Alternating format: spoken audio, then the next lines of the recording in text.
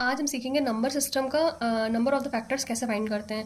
हमें क्वेश्चन दिया हुआ है 24 की पावर 3 माइनस 16 की पावर 3 माइनस 8 की पावर 3 और पूछा गया नंबर ऑफ द फैक्टर्स। हमें इतनी बड़ी डिजिट दी हुई है, तो पहले हम आपको ना एक नंबर दे के बताती हूँ कैसे फाइंड करते हैं। जैसे मुझे दिया हुआ है, जैसे हम लोग 8 का फैक्टर करते हैं तो कैसे करेंगे। 8 का हमें पता है ना, 1 की टेबल से जाएगा, 2 की टेबल से जाएगा, 4 की टेबल से जाएगा और 8 की टेबल से। तो इसके फैक्टर्स कितने हो गए, 4 हो गए। हाँ, अब हम देखते हैं जैसे बड़ा नंबर हमें दिया हुआ है 80 दिया हुआ है, तो कैसे फाइंड करेंगे। हम सब लिखेंगे किससे किससे कटेगा। जैसे 81 से, 2 से, 4 से जाएगा, 5 से जाएगा, 6 से नहीं जाएगा, 7 से नहीं जाएगा, 8 से जाएगा, 10 से जाएगा, 16 से जाएगा और 20 से जाएगा, 40 से जाएगा और 80 से जाएगा। तो कितने फैक्टर्स हुए, ये ऐसे फाइंड करना है। लेकिन हमसे जब ऐसे दिया हो सिंपली तो हम ऐसे फाइंड कर सकते हैं, बट हमें ऐसा नंबर दिया हो तो हम कैसे फाइंड करेंगे। तो इसमें ही मैं आपको बताती हूँ पहले वो जो मेथड इसमें लगने वाला है वो इसमें कैसे लगाऊंगी। सिंपली समझाऊंगी तो आपको जल्दी समझ में आएगा। मैं जैसे इसमें पूछा है नंबर ऑफ द फैक्टर्स, तो हम लिखेंगे अब नंबर ऑफ द फैक्टर्स, इसके कैसे फाइंड करेंगे। तो हम क्या करेंगे, 80 को ना फैक्टराइजेशन करेंगे। 80 का कैसे करेंगे, 80 का फैक्टराइजेशन आप वैसे भी कर सकते हैं जैसे हम लोग नहीं करते पूरा डिवाइड करके, वैसे भी कर सकते हैं, लेकिन मैं आपको ईजी बताती हूँ।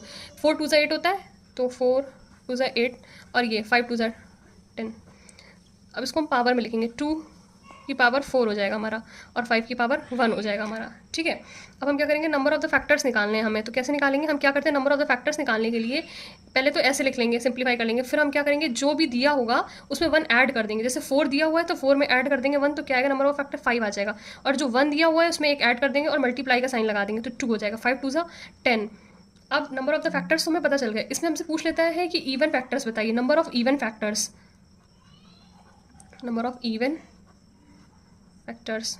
इवन फैक्टर्स में हम क्या करते हैं, जो इवन वाला होता है, जैसे ये इवन वाला है इसको एज इट इज लिख देते हैं। जैसे 4 को एज इट इज लिख देंगे और जो ये इसकी पावर है, ऑड की पावर है, और ये देखिए आप ध्यान से देखिए इसको, इवन वाले को एज इट इज लिख देंगे, ऑड वाले में एक बढ़ा देते हैं, मतलब 1 का 2 कर देंगे, तो क्या हो जाएगा 8।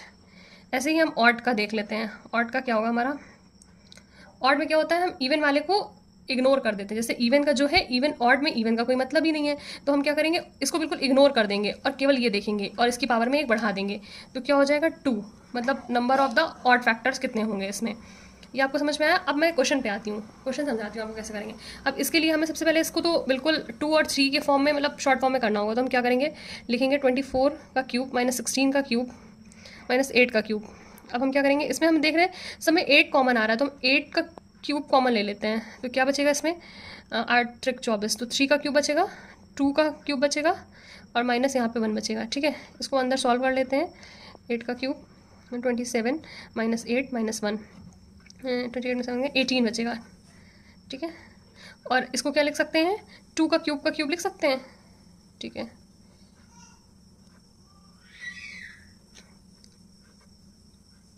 2 की पावर 6 लिख सकते हैं, और इसको क्या लिख सकते हैं, 9 मल्टीप्लाई बाय 2, तो मतलब 2 की पावर हो गई 2 की पावर 7, 2 की पावर 7 नहीं सॉरी, 3 3 9 है यहाँ पे, तो 2 की पावर ये हो जाएगी हमारी 10। ठीक है, और 3 का स्क्वायर हो जाएगा। ठीक है, तो हमारे पास क्या आ गया, 2 की पावर 10 और 3 का स्क्वायर आ गया। और हमसे क्या पूछा गया है, नंबर ऑफ द फैक्टर्स पूछा गया है। तो नंबर ऑफ द फैक्टर्स हमारे कैसे हो जाएंगे, 10 में बताया ना 1 ऐड कर देंगे 10 में, तो ये हो जाएगा 11। ठीक है, 2 दिया हुआ है। नंबर ऑफ फैक्टर्स में क्या होता है, ऑड इवन दोनों लेते हैं। ठीक है, इवन में इवन को एज इट इज रखते हैं और ऑड में 1 प्लस करते हैं। हमें नंबर ऑफ द फैक्टर्स पूछा गया है, तो हम क्या करेंगे, जो दिया हुआ है उसमें 1 ऐड करेंगे, फिर मल्टीप्लाई करेंगे और 2 में 1 को ऐड करेंगे, 3 हो जाएगा। तो हमारा 33 आंसर हो जाएगा इसका। ऑप्शन में ऑप्शन दिए हुए हैं हमारा 33। और ये जो क्वेश्चन है हमारे यूपीएससी सीडीएस में 2025 में रिसेंटली पूछा गया है, इसलिए आप बहुत ध्यान से इस क्वेश्चन को करिएगा, और भी एग्जाम्स में पूछा जा सकता है इसे। Thank you for watching. Please like, share, subscribe my channel for more such content.